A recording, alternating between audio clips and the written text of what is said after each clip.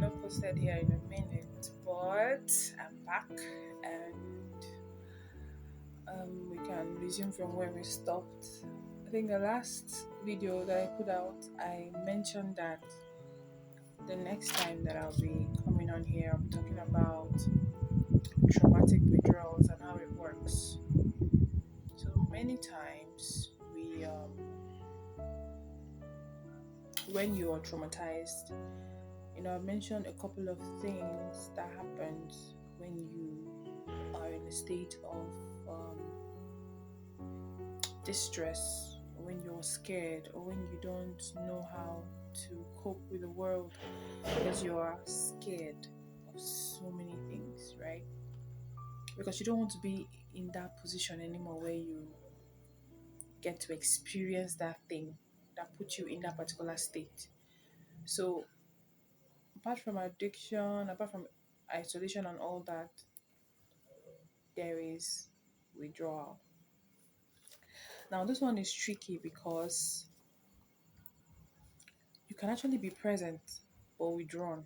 What do I mean? You could be in a relationship, and because you're scared because of your previous relationship, because of what happened in your previous relationship, you are you are withdrawn. You can't fully express yourself. You can't fully experience things like you should because you are scared to put yourself out there. Now, the first one is emotional numbness.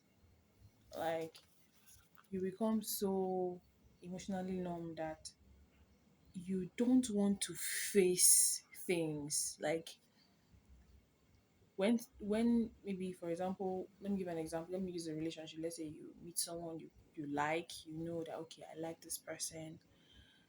You are too scared to reach out, right? You're so scared to express yourself because you feel like, oh, what if I express myself? What if this person this? What if this person that? And now, instead of fully expressing yourself or fully letting yourself feel, now it's tricky because apart from you expressing yourself, you might not express yourself. Probably it could be that person that is in love with you and wants to express it and is expressing themselves like, I love you, doing all they can to show you how much they care. But because not, you're still in that wall you've built, you're not really letting yourself feel, you're not letting yourself accommodate that person. You can't accommodate that person because you're withdrawn. You're not there. You're in a relationship but you're not there. You're in a party but you're not there. You are in the midst of people but you're not there. So trauma can make you so withdrawn that you could be in the midst of people and you're not there, which is very, very tricky and very dangerous because people who don't know what is going on with you could think, she's here now, he's here now. But they don't know that whilst you're there, you're not actually the one there. You get the thing? So, most times when I talk to people, I always say things like, let yourself go. Let yourself go. It is hard. You struggle and everything, but you have to let yourself go. If you don't let yourself go, you are not just punishing yourself, but you're punishing those around you. And the person you're punishing more is yourself. The person you're punishing more is yourself because you don't get to experience life like you should. Healing from trauma is not a joke. It's not something that happens in a day. Sometimes it doesn't even happen in a year, in 2 years, in a decade. You're still healing from what you had, from what traumatized you. Now, I know that trauma is a trend. Someone could hit maybe be driving and hit a car, and then they'll be like, oh my god, the experience traumatized me, oh my god. It's a trend now. A lot of people feel like trauma is a joke. But for those people who know what trauma means, trauma is way deeper than you think. Like, I think trauma should be a course taught in schools because it is not a joke. It it has a way of messing with your mind. It would mess with your mind so much that you would not function like a normal person anymore. It rids you of that liberty to function like a normal person. Now, the second one is avoidance. You avoid a lot of you avoid people that remind you of what traumatized you. You avoid places. You avoid things which also, like I mentioned earlier, limits you from actually experiencing those things you need to experience or you have to experience. Probably, if maybe whatever it is that transpired between you and whoever it is that traumatized you, probably if it happened in the cinema, some people will shut down and say they will never watch a movie anymore. They will never go to the cinema anymore. Some people might end up saying, if you mention the cinema, they become triggered. They'll be like, I don't ever mention that. They get so aggressive and so defensive because they don't want to relieve that experience they had in that particular place or around those kind of people. Like, for example, if you mention a certain kind of people, let me give an example. Some people who the trauma ran very deep, if maybe it was a man that inflicted the trauma on them, they end up hating men. And when you want to talk about anything that has to do with men, they'll be like, everybody, I don't want to hear it. Or if it's women, when you want to talk about things that they don't want to hear it. So most often,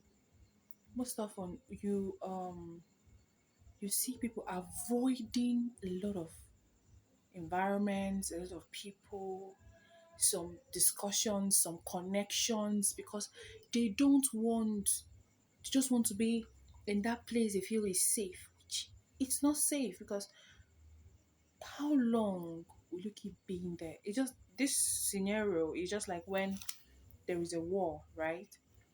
And you were hiding in a bunker or something. You were hiding from um the chaos outside and you've hid there for a while and then you can't hear all the chaos. You can't hear all the missiles flying from one spot to the other, all the bomb going off and everything. And even though you can't hear it, you still don't come out. You know that okay, in your gut, probably you're the only one there. In your gut, you know that okay, I think this war is over. I think this thing is done. But you can't come out because you're too scared to. Now, what do you think would happen if you stay in that place for so long? How long do you think you can stay there for? How long do you think you can survive in that place alone? No supplies, nothing. So that is that. I use this scenario because it's quite applicable to trauma because you hide yourself so much. How long do you think you're going to hide yourself? How long do you think you're going to cook yourself up in that place where you think is safe because you don't want to experience the world or you're too scared to do all the things that you need to do or you're too scared to meet people or you're too scared to do this? In as much as I don't take it for granted that you experience these things, at the same time, you have to give yourself the grace to know that, okay, I went through this.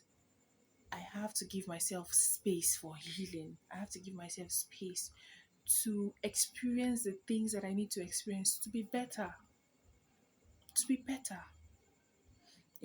The last one in this under this withdrawals is loss of trust and safety. You can't trust anyone anymore. You can't trust anything. No matter what anyone says, you don't ever trust them. You don't ever believe that they're saying the right thing or they're saying the truth. When someone says, for example, if maybe you were abandoned and someone says, I love you, you begin to question, for how long? For how long until you abandon me? For how long until you say you don't love me anymore? For how long until you kick me to the side? You know, a lot of times you see people, you meet people, even though they've almost given their life for you. They've almost given them like their life totally for you. But you can't just get yourself to that point where you are like, okay, fine, let me let myself go. These are the disadvantages of traumatic withdrawals. I'll still come back